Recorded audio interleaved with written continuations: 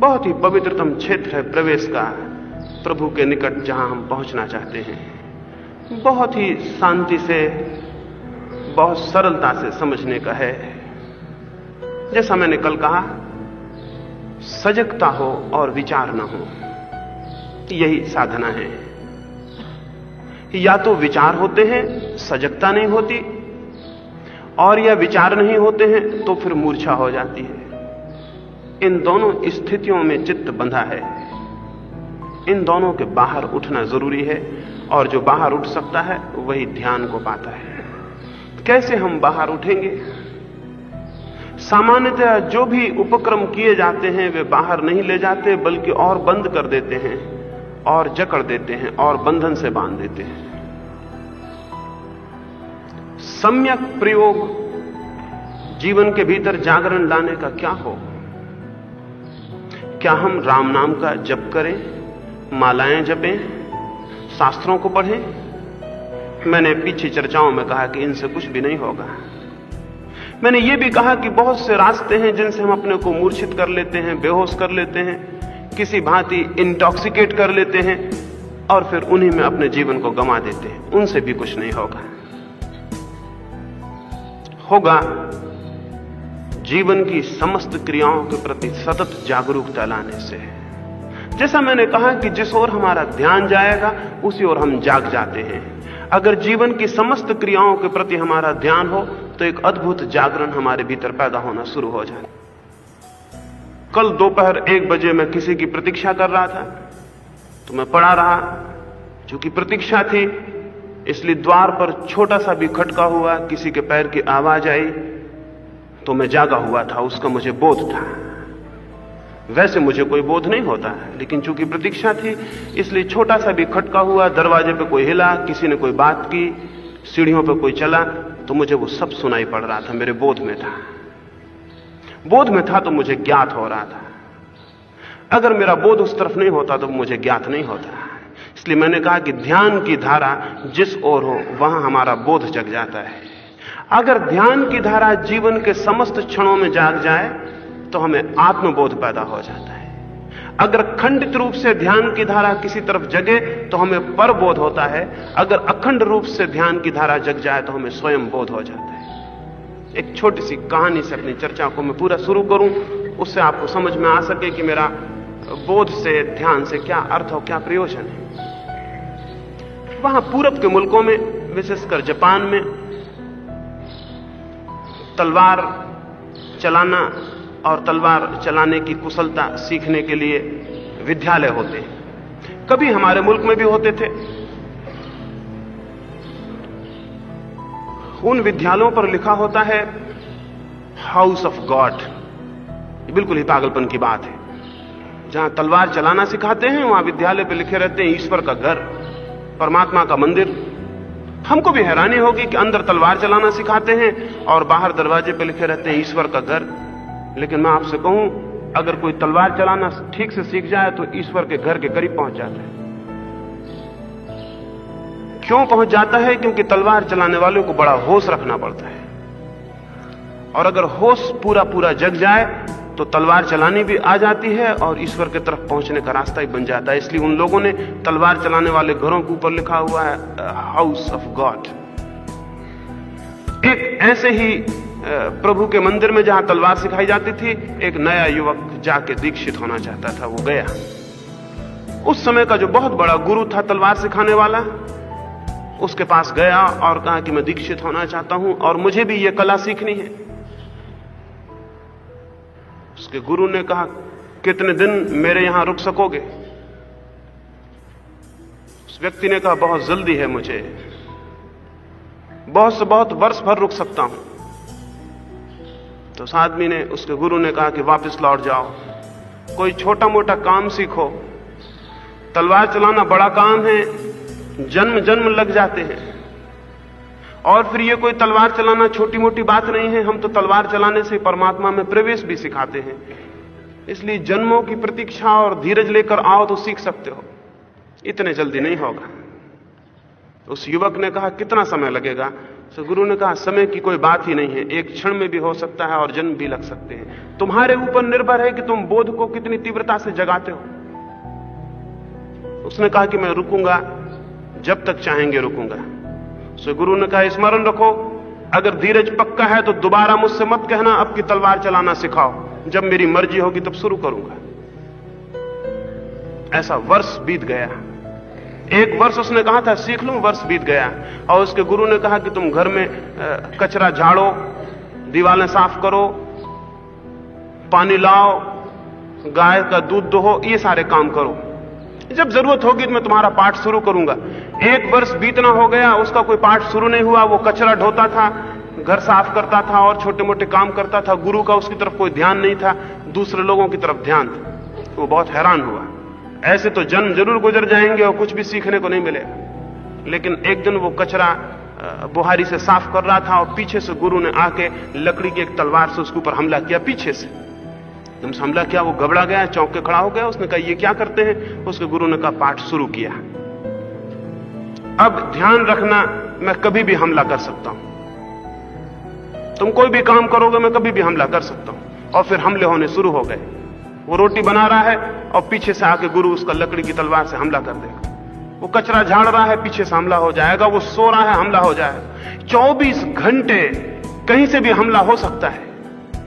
क्या हुआ उसके भीतर? उसके हाथ में कोई तलवार नहीं है, बचने का कोई उपाय नहीं। उसने अपने गुरु से कहा कि मुझे भी तलवार दे। गुरु ने कहा भी तलवार क्या करोगे, पहले बोध आ जाए तो तलवार काम की होगी। जरा कल्पना करें, अगर आपके पीछे कोई इस तरह की स्थिति हो कि आप सो रहे हैं, कोई हमला कर दे, आप खाना बना रहे हैं, कोई हमला कर दे, आप खाना खा रहे हैं, कोई हमला कर दे। 24 घंटे वो सजग रहने लगा। 24 घंटे उसे बोध रहने लगा कि हमला होता है, किसी भी क्षण हमला हो सकता है। ऐसा दिन बीतने लगे, उसके भीतर एक नई चेतना की स्थिति बनने लगी। उसका ध्यान पूरे वक्त इस बात पर रहने लगा कि हमला होने को है। धीरे धीरे यह हुआ कि हमला गुरु कर रहा है और वो एकदम चौंक के खड़ा हो जाएगा। अभी हमला हुआ नहीं, वो इस तरफ देख रहा है, पीछे हमला होने को है और वो सजग हो जाएगा और चौंक के खड़ा हो जाएगा। गुरु प्रसन्न हुआ, उसने कहा कि कुछ पाठ में गति हो रही है। 3 वर्ष बीतते बीतते यह हालत हो गई कि वो ऐसा बैठा हुआ है, हमला होगा तो वो हाथ पहले से बढ़ा देगा। 3 वर्ष बीतते बीतते बोध ऐसा सजग हुआ कि अब उसे हर वक्त बोध है कि क्या हो सकता है। वो एकदम जागा हुआ है, उसका होश है। क्योंकि जो लोग तलवार की कला में कुशल होते हैं, ये नहीं कहा जा सकता कि दूसरा तलवार मारने वाला कहां तलवार मारेगा। उसकी तलवार मारने के पहले आपकी तलवार पहुंच जानी चाहिए बचाने को, नहीं तो आप बच नहीं सकेंगे। जब कोई तलवार से लड़ता है तो यह नहीं कहा जा सकता कि तलवार का हमला कहां होगा। और अगर उस हमले के पहले आपका बचाव नहीं है तो आप फिर नहीं बच सकते। हमले के पहले बचाव का मतलब हुआ बोध इतना तीव्र होना चाहिए कि उसके भीतर इच्छा पैदा हो कि हमला करे और आपके भीतर इच्छा का अनुभव हो जाए कि हमला कहां होने को। नहीं तो कोई तलवार चलाना नहीं सीख सकता। तो उसे बोध, उसे सजगता। उसने 3 वर्षों के बाद सोचा कि मुझे तो इतना परेशान किया जा रहा है। वो नींद में भी उसका होश रहने लगा। नींद में भी गुरु हमला करता था तो वो एकदम चौंक के बैठ जाता। उसने कहा कि मैं भी तो देखूं, ये बूढ़ा मुझे इतना परेशान कर रहा है, इसका बोध कैसा है। 3 वर्ष पूरे होने पर गुरु लेटा हुआ था। एक दिन सुबह कोई 5 बजे होंगे, वो गया और उसने हमला किया गुरु पर। वो अपनी लकड़ी उसने हाथ में उठाई है कि उसके गुरु ने आंखें बंदी किए ही कहा ठहरो। बहुत हैरान हो गए। उसने कहा कि ये क्या, अभी तो आप तो आंख बंद किए पड़े हैं। गुरु ने कहा कि अगर बोध बहुत सजग हो तो तुम्हारे भीतर जो विचार की भी थिरकन होती है वो भी पकड़ में आ जाती है। अगर बोध बहुत सजग हो तो दूसरे के भीतर जो विचार सरकता है उसकी पद ध्वनि भी सुनी जाती है। अगर बोध बहुत सजग हो तो दूसरे के भीतर जो भाव की लहर चंचल होती है उसकी प्रतिध्वनि भी आ जाती है। बोध पर सब निर्भर है। बोध का अर्थ क्या हुआ? बोध का अर्थ हुआ सतत जागा हुआ होना। हम तो सारे लोग सोए हुए हैं, वो युवा जाग गया। उसने गुरु से कहा कि अब तलवार चलाना कब सीखूंगा। उसने कहा तुम जाओ, तुम सीख गए। एक पाठ नहीं दिया तलवार चलाने का, उसने कहा तुम जाओ, तुम सीख गए। अब तुम्हें तलवार चला के कोई पराजित नहीं कर सकता। अब तुम्हारा बोध सजग है, और यही जीवन की कला भी है। अगर बोध सजग है तो जीवन में कोई पराजय नहीं है, और अगर बोध सजग नहीं है तो जीवन पराजित हो ही जाएगा। हम सोए हुए जीते हैं, हम करीब करीब सोए हुए हैं। इसको आप ख्याल करें और अनुभव करें कि आप करीब करीब सोए हुए जीते हैं। जब आप खाना खा रहे हैं तो आप बोधपूर्वक खा रहे हैं, आपको बोध है कि आप भोजन ले रहे हैं। जब आप रास्ते पर चल रहे हैं तो आप बोधपूर्वक चल रहे हैं, आपको पता है कि आप चल रहे हैं। जब आप बिस्तर पर सोने गए हैं तो आप बोधपूर्वक सो रहे हैं, आपको ज्ञात है कि आप सो रहे हैं, या कि आप एक नशे में एक सोए हुए आदमी की तरह कुछ कर रहे हैं और मन कहीं और है। जिसका मन करने में नहीं है और करने के कहीं और है, वो सोया हुआ आदमी। सोए हुए होने का अर्थ क्या है? सोए हुए होने का अर्थ है हम जहां हैं वहां हमारा बोध नहीं है तो हम सोए हुए हैं। हम जहां हैं वहां हमारा बोध न हो तो हम सोए हुए लोग हैं। और हमारा मन ऐसा है कि जहां हम होते हैं वहां वो कभी नहीं होता। या तो मन अतीत में होता है, जो बीत गए क्षण, घटनाएं, स्मृतियां, मन वहां घूमता रहता है। और या मन भविष्य में होता है, कल्पनाओं में जो होने वाला है उसकी इच्छाओं। जो मूवमेंट, जो क्षण मौजूद है, वो जो प्रेजेंट मूवमेंट है, उसमें मन कभी नहीं होता। हम वर्तमान में कभी होते ही नहीं हैं, या तो अतीत में होते हैं या भविष्य में होते हैं। और जो वर्तमान में नहीं है वो सोया हुआ है, क्योंकि जीवन तो वर्तमान में है। सब जीवन वर्तमान में है, न तो अतीत की कोई सत्ता है और न भविष्य की कोई सत्ता है। अतीत जा चुका, भविष्य अभी आया नहीं। जो मौजूद है, जो खड़ा है निकट, वो जो वर्तमान की पतली सी क्षण की लकीर खड़ी है, उसमें आप हैं। अगर उसमें आप नहीं हैं तो आप सोए हुए मनुष्य हैं। फिर ये सोया हुआ मनुष्य जिसका बोध अतीत या भविष्य में है, वर्तमान में जो भी करेगा वो गलत हो जाएगा, वो असम्यक हो जाएगा। क्योंकि सोया हुआ मनुष्य ठीक कैसे कर सकता है? वो जो भी करेगा वही भूल हो जाएगी। मुझसे पूछिए तो सोए हुए कोई भी काम करने का नाम मैं पाप कहता हूं। जिस काम को भी हम सोए हुए करते हैं वही पाप है। मैं ये नहीं कहता कि हिंसा पाप है, मैं ये नहीं कहता कि क्रोध पाप है, मैं ये नहीं कहता कि हत्या पाप है, मैं ये नहीं कहता कि चोरी पाप है। मैं कहता हूं जो काम भी सोया हुआ किया जाता है वो पाप है। और आप हैरान हो जाएंगे, जिन जिन को हमने पाप कहा है उनको करने के लिए सोया होना बिल्कुल जरूरी है। आप बिना सोए हुए किसी की हत्या नहीं कर सकते, और आप बिना सोए हुए चोरी भी नहीं कर सकते, और आप बिना सोए हुए झूठ भी नहीं बोल सकते, और बिना सोए हुए क्रोध भी नहीं कर सकते। सोया होना पाप का मूल और उसकी जड़ है। सारी भ्रांति वहीं से खड़ी होती। जब मुझसे कोई पूछता है पुण्य क्या है, तो मैं कहता हूं जागा हुआ कर्म। जो आप जाग के करते हैं, परिपूर्ण होश से करते हैं, वर्तमान में होके करते हैं, वही कर्म पुण्य हो जाता है। हमारे भीतर सतत निद्रा हमें घेरे हुए है। एक धुंधला सा मन है भीतर, जो मुश्किल से कभी क्षण दो क्षण को जागता है और फिर सो जाता है। हम जीवन भर सो के बिता देते हैं। इस सोए हुएपन को तोड़ देना होगा, ये मूर्छा को तोड़ देना होगा। ये मूर्छा कैसे टूटेगी? ये मूर्छा कोई प्रार्थना करेंगे तो और नींद गहरी हो जाएगी, कोई भजन कीर्तन करेंगे तो और नींद गहरी हो जाएगी, किसी मंदिर में चले जाएंगे तो और नींद गहरी हो जाएगी, किन्हीं शास्त्रों को याद कर लेंगे तो और नींद गहरी हो जाएगी। ये मूर्छा उनसे नहीं टूटेगी। ये मूर्छा तो टूटेगी 24 घंटे जो कर्म आप कर रहे हैं, उन कर्मों को बोधपूर्वक करने से। छोटे छोटे कर्म को यदि बोधपूर्वक किया जाए तो प्रत्येक कर्म के साथ आपके भीतर नए अवेयरनेस का, होश का, कॉन्शियसनेस का जन्म होना शुरू हो जाए। अभी आप यहां बैठे हैं, मैं आऊं और आपकी गर्दन पर जोर से एक तलवार रख दूं, तो उस वक्त आप विचार करिएगा, भविष्य में जाइएगा कि अतीत में जाइएगा। उस वक्त एक वर्तमान का क्षण भर रह जाएगा। एक सेकंड को आप जाग के वर्तमान में हो जाएंगे। मेरे गांव के पास एक छोटी सी पहाड़ी है, छोटी सी पहाड़ी है और छोटी सी नदी है। पहाड़ी के किनारा बहुत ऊंचा है और किनारा सीधा सपाट है, उससे अगर कोई गिर जाए तो प्राण ही निकल जाए। उस पर छोटी सी पतली पगडंडी है, उस पर चलना भी बड़ा कठिन है। छोटी सी कगार है। जब मुझसे कोई पूछता है कि बोध क्या है, तो मैं उसे पकड़ के वहां ले जाता हूं और उससे कहता हूं इस कगार पर चलो। उसके साथ मैं भी चलता हूं, उससे कहता हूं इस कगार पर चलो। उसके पैर डगमगाने लगते हैं, वहां कहता हूं कि तुम चले आओ। यहां तुम बिना बोध के नहीं चल सकते। तुम्हारे भीतर जो फर्क हो, समझ लेना कि वो बोध है। वहां वो एकदम सजग हो जाता है, सारे विचार बंद हो जाते हैं। एक ही विचार होता है कि एक एक कदम संभाल के, सारा होश उसका पैरों में केंद्रित हो जाता है। सारा होश उसका पैरों में केंद्रित हो जाता है। उसके पैर आंखों की तरह हो जाते हैं, वे भी देखने लगते हैं। एक सेकंड वो चूका कि वो गया। और क्या आपको पता है कि जिंदगी में भी आप ऐसी ही पतली कगार पर दिन भर खड़े हैं, 24 घंटे, एक सेकंड चूकते हैं और चले जाते हैं, लेकिन जिंदगी भर सोए गुजार देते हैं, क्योंकि पता नहीं कि जिंदगी भी एक बिल्कुल पतली कगार है और जिसके नीचे गिरने का हर क्षण मौका है।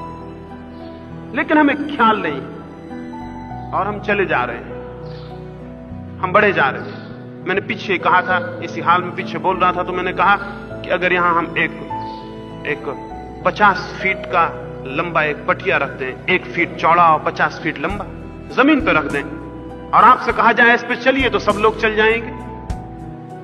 किसी को कोई अड़चन नहीं हो, कोई गिरेगा? इतने लोगों में से कोई ना बूढ़ा गिरेगा, ना कोई बच्चा गिरेगा, ना कोई स्त्री, ना कोई पुरुष, सब उस पर निकल जाएंगे। लेकिन उसी पटियों को ऊपर की गैलरी से और इसकी दीवार से लगा के रख दिया जाए, नीचे ये गड्ढा होगा। वही पटिया है, 50 फीट लंबा और 1 फीट चौड़ा, और आपसे कहा जाए इस पे चलिए, कितने लोग उस पे से जा पाएंगे? आखिर क्या फर्क क्या हो गया?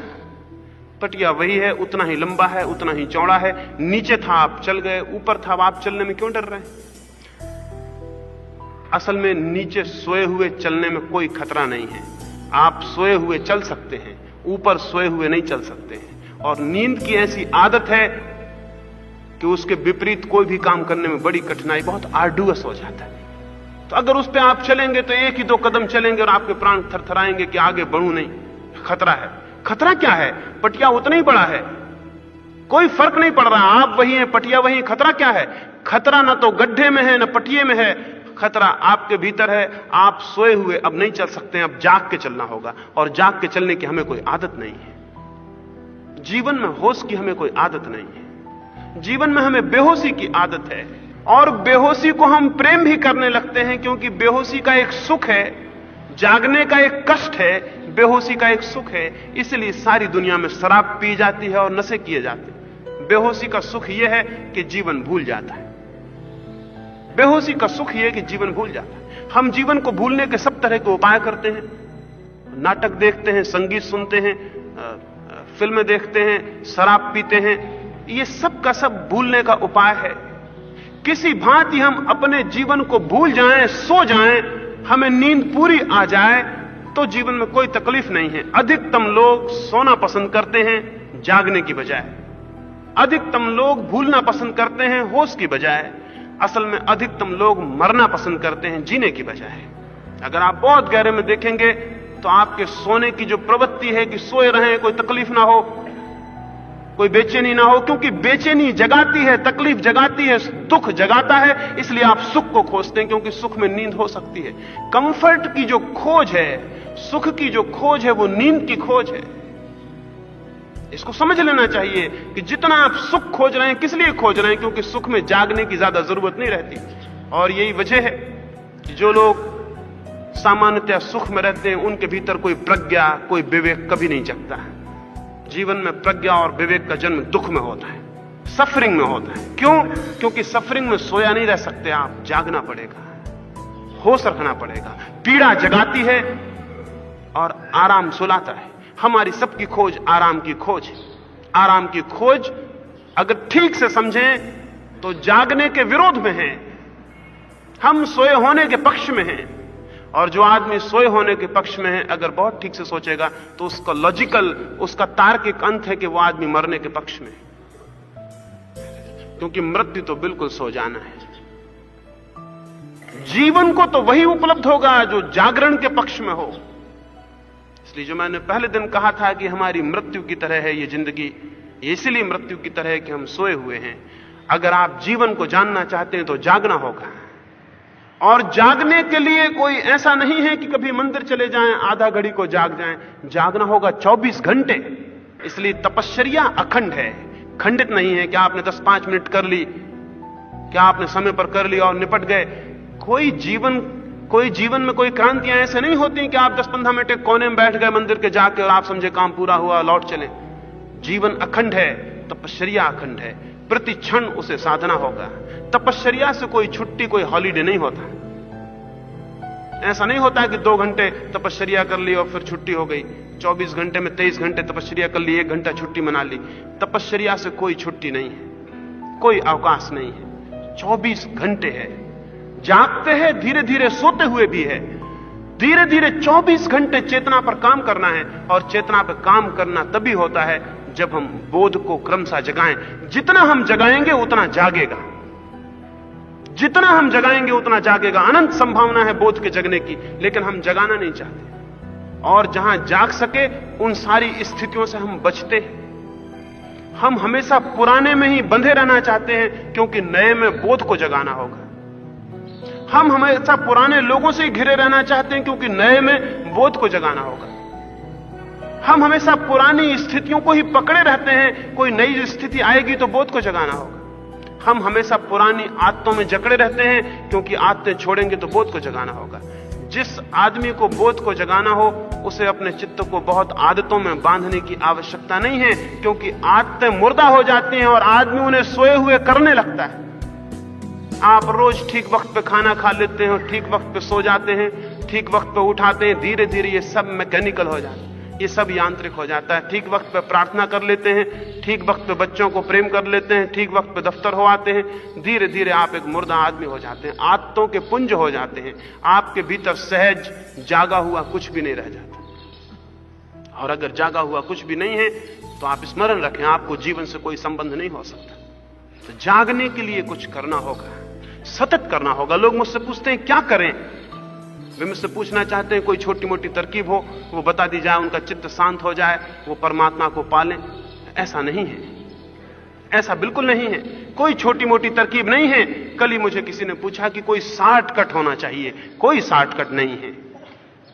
कोई छोटा सा रास्ता होना चाहिए कि हम जल्दी से परमात्मा पर पहुंच जाएं।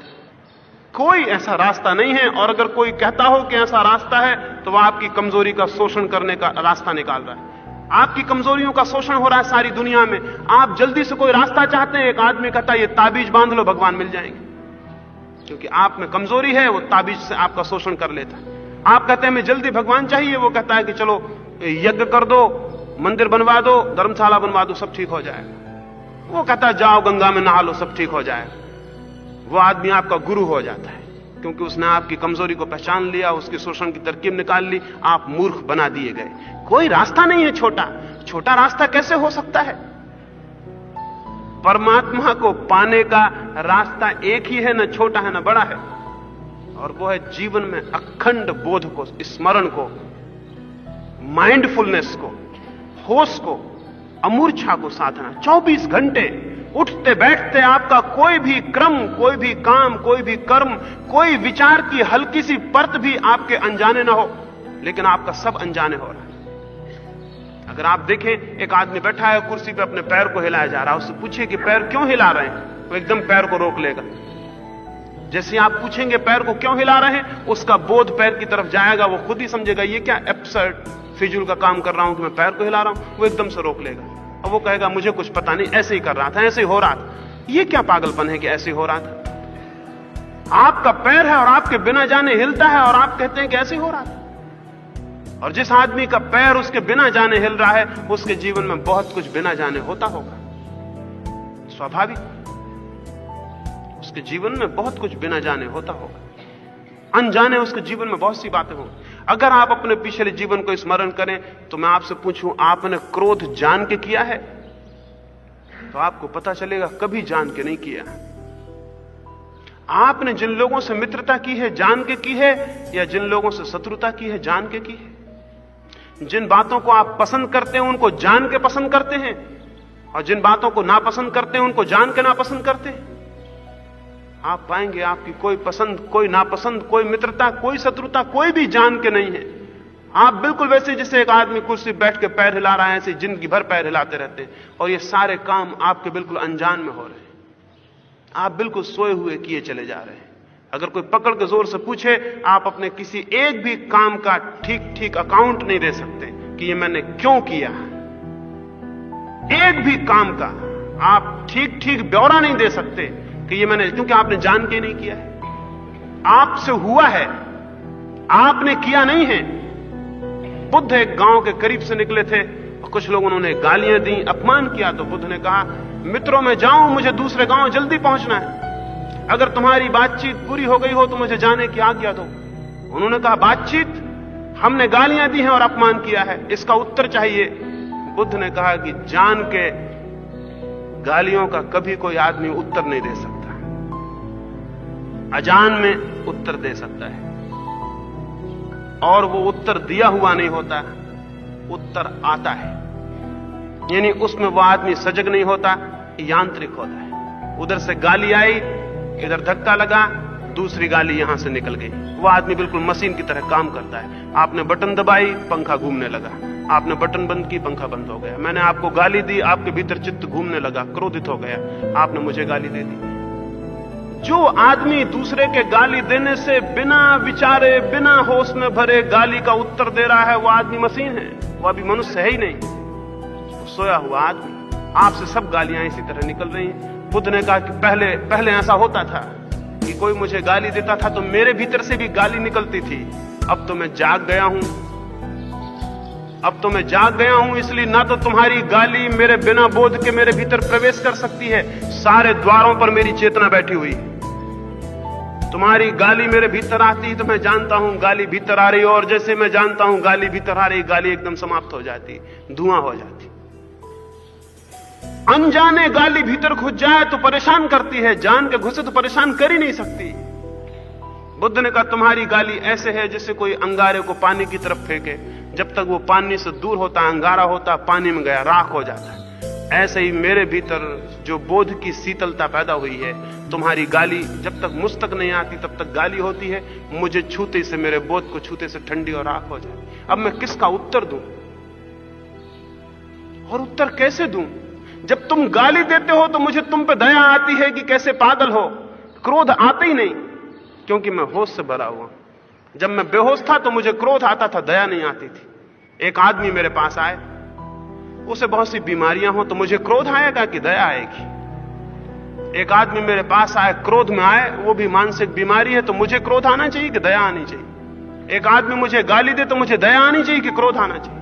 अगर मैं होश में हूं तो दया आएगी, और अगर मैं बेहोश हूं तो क्रोध आएगा। तो जीवन में सतत सारे क्रम जो हम कर रहे हैं, जो हमसे हो रहे हैं, कुछ भी हमसे ऐसा नहीं होना चाहिए। एक गुरजेफ हुआ, वो एक तिफलिस में, रूस के गांव में गया हुआ था।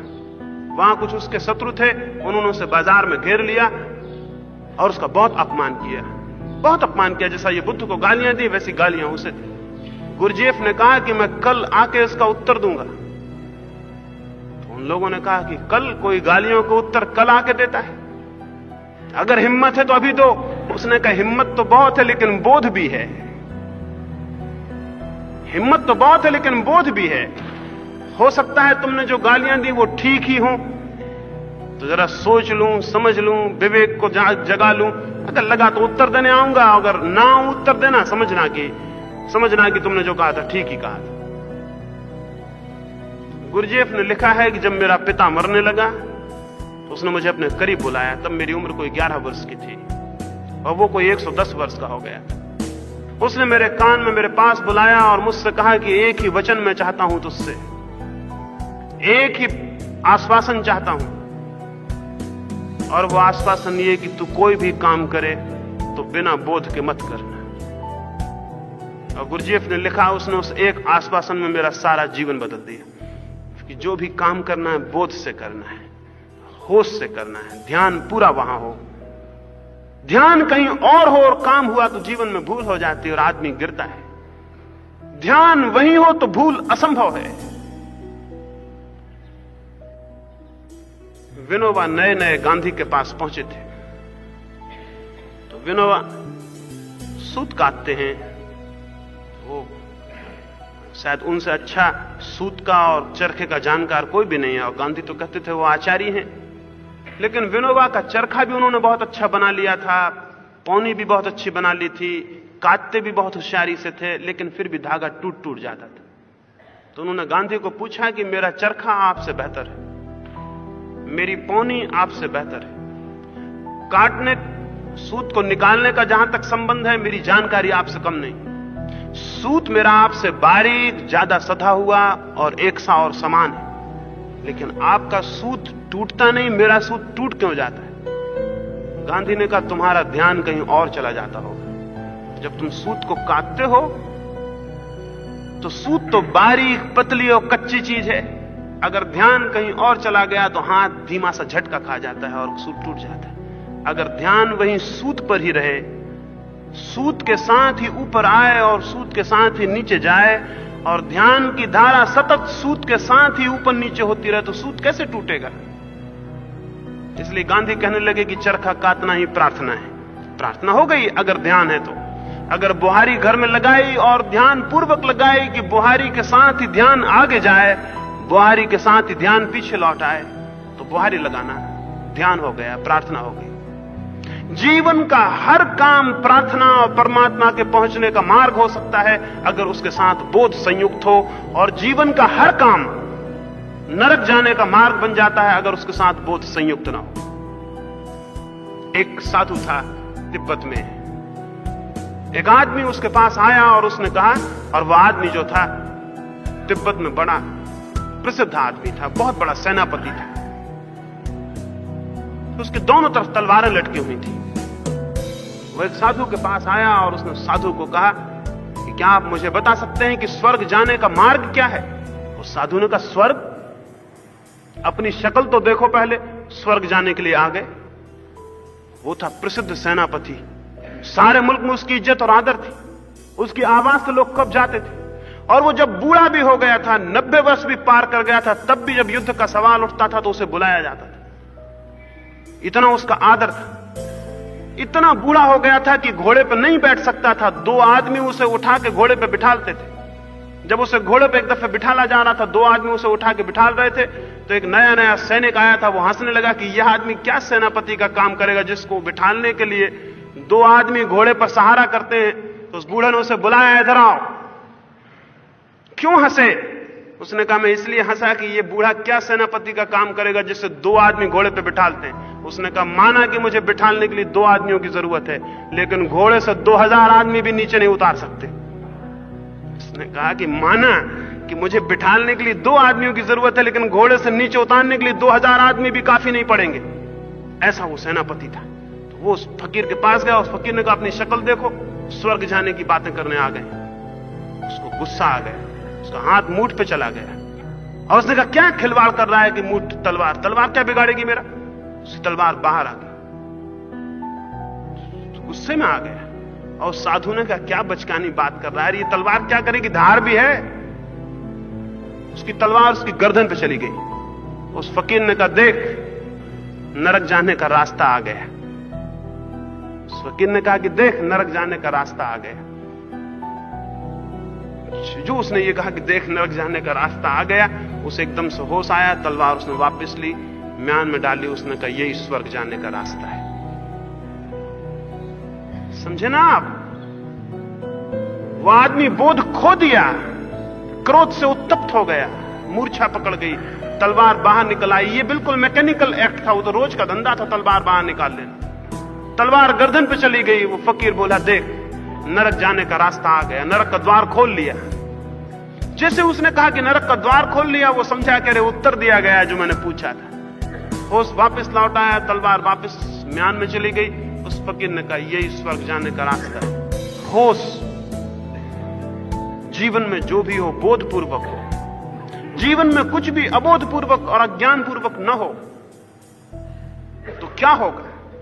तो यह होगा कि आपको 24 घंटे अपने शरीर के भीतर एक ज्योति शिखा, एक विवेक की ज्योति अलग अनुभव होने लगेगी। क्रमशः आप अनुभव करेंगे मैं अलग हूं, शरीर आपको खोल की तरह मालूम होने लगे। जैसे हम इस भवन में बैठे हुए हैं, तो मुझे ऐसा तो नहीं मालूम पड़ता कि मैं भवन हूं, मुझे मालूम पड़ता है कि मैं भवन में हूं। अगर बोध आपके भीतर जगेगा तो आपको लगेगा मैं शरीर में हूं। ये बिल्कुल साफ दिखेगा, दीवारें शरीर की अलग और आप भीतर अलग मालूम होने लगेंगे। जैसे कच्चा नारियल होता है ना, तो उसकी अंदर की गिरी उसकी खोल से जुड़ी और चिपकी होती है, और फिर पक्का नारियल होता है, उसकी गिरी और खोल अलग हो जाती है। एक मुसलमान फकीर था फरीद, उसको लोग नारियल चढ़ा देते थे जाके, और किसी ने आके पूछा कि जब क्राइस्ट को सूली पर लटकाया होगा तो उनको तकलीफ नहीं हुई, और जब मंसूर को लोगों ने काटा था तो उसे पीड़ा नहीं हुई होगी।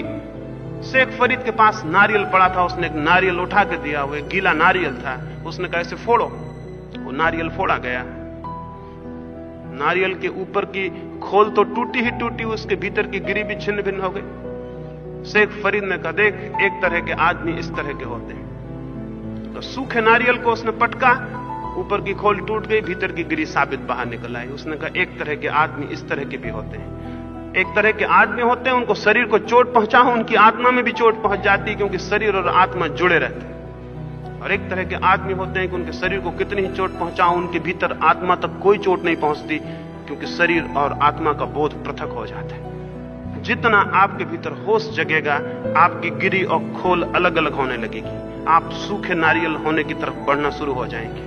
आपका शरीर अलग और आपकी चेतना आपको पृथक मालूम होने लगेगी। बोध में ही यह हो सकता है, अबोध में कैसे होगा?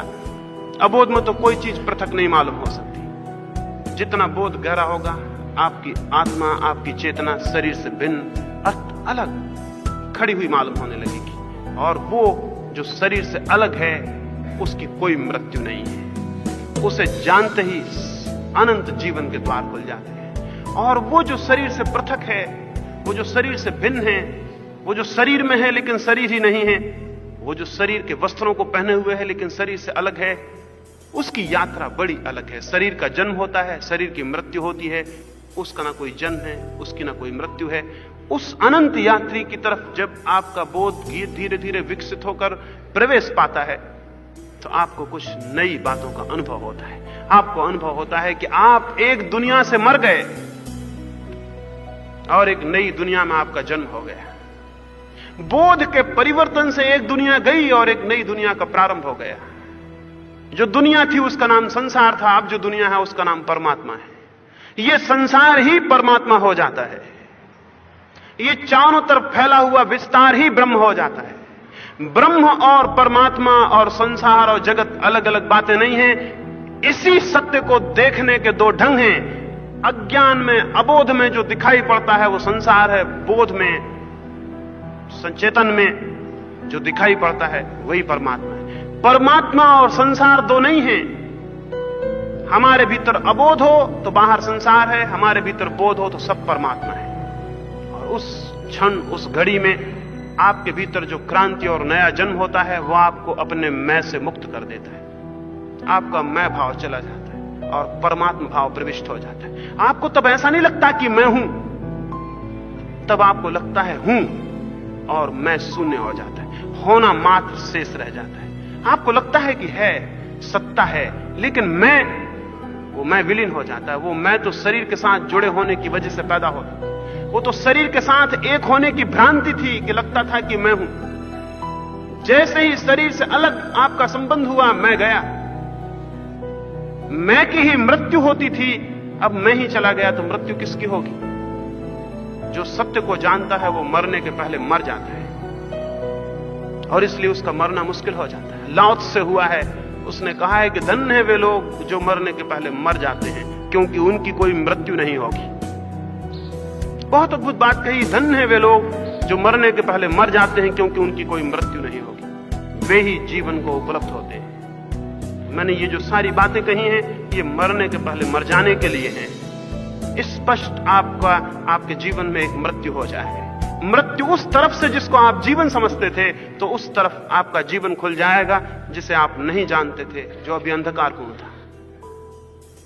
ये बोध के माध्यम से होता है, अखंड बोध के माध्यम से होता है। जरूर लगेगा कि मेरी बात कठिन है, असल में जीवन में कुछ भी नहीं हो सकता जो कि मूल्यवान हो और कठिन ना हो। लगेगा कि मेरी बात, मुझे लोग जगह जगह पूछते हैं, सामान्य मनुष्य के हैसियत के बाहर है। ये बिल्कुल गलत है। ये किसी की हैसियत के बाहर नहीं है। और इस तरह के बहाने करके हम अपने ही हाथ से अपनी हैसियत कम कर देते हैं। ये सब बहाने हैं। हम अपने को सामान्य बनाने की कोशिश में लगे रहते हैं कि हम बहुत सामान्य आदमी, हमसे क्या होगा। आपसे ज्यादा विशेष न महावीर थे, न बुद्ध थे, न कोई कभी हुआ है। हर मनुष्य की उतनी ही गरिमा है जितनी किसी और की हो, लेकिन हम बहुत होशियार लोग हैं। हमने महावीर को बना दिया भगवान जिसमें कि हम सामान्य हो सके, बुद्ध को बना दिया अवतार ताकि हम सामान्य हो सके, क्राइस्ट को बना दिया ईश्वर पुत्र ताकि हम सामान्य हो सके। हम इन सारे लोगों को अलग कर दिया अपने से ताकि हम सामान्य हो सकें और सो सकें, और हम कह सकें कि जागना तो कुछ विशिष्ट लोगों की बात है, हम तो सामान्य लोग हैं, हम कैसे जाग सकते हैं। कोई मनुष्य सामान्य नहीं है। लेकिन इसका पता आपको तब तक नहीं चलेगा जब तक कि बोध जगना शुरू ना हो जाए। जब तक बोध नहीं जगा है तब तक हर एक सामान्य है, और बोध जगने लगे तो कोई सामान्य नहीं है। जब तक बीज में अंकुर न फूटे तब तक ऐसा लगता है कि पता नहीं इस बीज में वृक्ष है भी या नहीं, लेकिन ऐसा कोई बीज नहीं है जिसमें वृक्ष ना हो। लेकिन उसका प्रमाण कब मिलता है? प्रमाण तो तभी मिलता है जब अंकुर फूटे। तो अभी से अपने को सामान्य न समझ लें कि मैं सामान्य हूं। अभी आप कुछ नहीं तय कर सकते। थोड़ा प्रयास करें, थोड़ी हिम्मत करें, थोड़ा साहस करें, थोड़ा अंकुर फूटने दें, और आपको पता चलेगा कोई बीज ऐसा नहीं जिसमें वृक्ष ना हो, और कोई मनुष्य ऐसा नहीं जिसके भीतर परमात्मा की संभावना नहीं। वो संभावना है, लेकिन उसे जगाना होगा, उसे उठाना होगा और साहस करना होगा। उस जीवन के प्रति जिन्हें हम सच समझे हुए हैं, उन बातों के प्रति जिन्हें हम बड़ी कीमत की समझे हुए हैं, मरना होगा। और अगर कोई उन बातों के प्रति मरे और भीतर की तरफ जागे, और अगर ये दोनों क्रियाएं साथ चलें कि वो व्यर्थ की बातों के प्रति मरता जाए और सार्थक बोध के प्रति जागता चला जाए, तो क्रांति बिल्कुल सुनिश्चित है।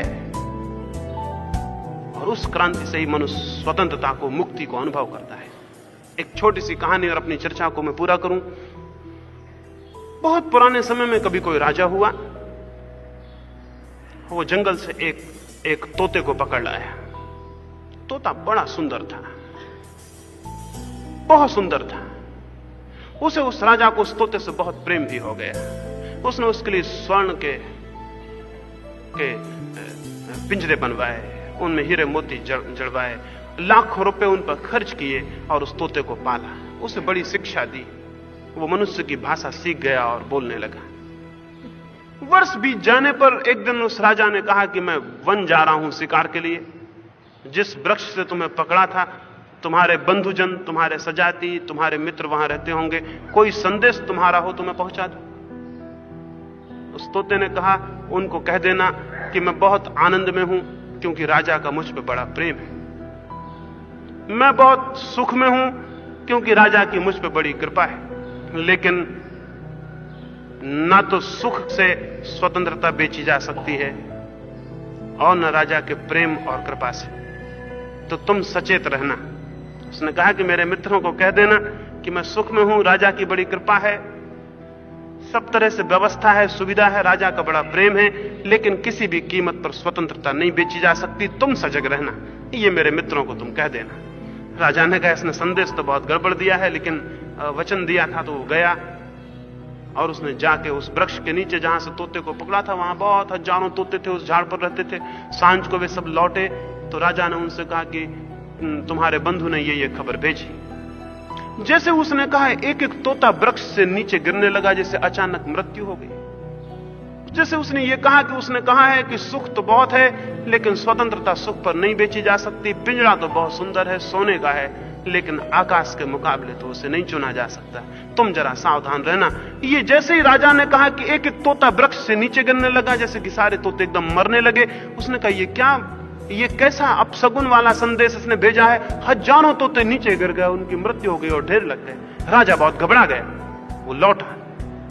वो बहुत चिंतित हुआ कि ये कैसा संदेश था, इसके कैसे शब्द थे कि हजारों तोते एकदम मर गए, गिर गए नीचे और ढेर लग गए। वो वापस लौटा और उसने जाकर उस तोते को कहा कि तूने ये क्या पागलपन किया, ये कैसा संदेश भेजा, ये कैसे अपशगुन भरे शब्द थे कि मैंने जैसे ही कहा कि हजारों लाखों तोते गिरने लगे वृक्ष से और मर गए, जैसे ही राजा ने यह कहा, देखा कि तोता तड़फड़ाया और मर गया। वो वहीं मर गया उस पिंजड़े के भीतर। राजा बोला, मैं भी कैसा पागल हूं, मैंने ये खबर इसको आके फिर सुना दी, ये भी मर गया, ये मामला क्या है? लेकिन तोता मर गया, उसे बहुत प्यारा था। उसने सोचा कि उसका शाही सम्मान से विदा हो। बहुत बड़ा सम्मान की व्यवस्था की गई, पिंजरा खोला गया, उसे बहुत अच्छे वस्त्रों में रखा गया। लेकिन लोग देख के हैरान हुए, जैसे उसे पिंजरे के बाहर रखा, वस्त्रों में रखा, उसने पंख फड़फड़ाए और वो आकाश में उड़ गया। उसने ऊपर महल की चोटी पर बैठ गया। राजा ने कहा, ये क्या धोखा है, ये क्या मामला है? उस तोते ने कहा, मेरे मित्रों ने मुक्त होने का संदेश मुझे भेजा, उन्होंने मेरे संदेश का उत्तर दिया। उन्होंने कहा, मुर्दे की भांति हो जाओ, पिंजरा खुल जाएगा।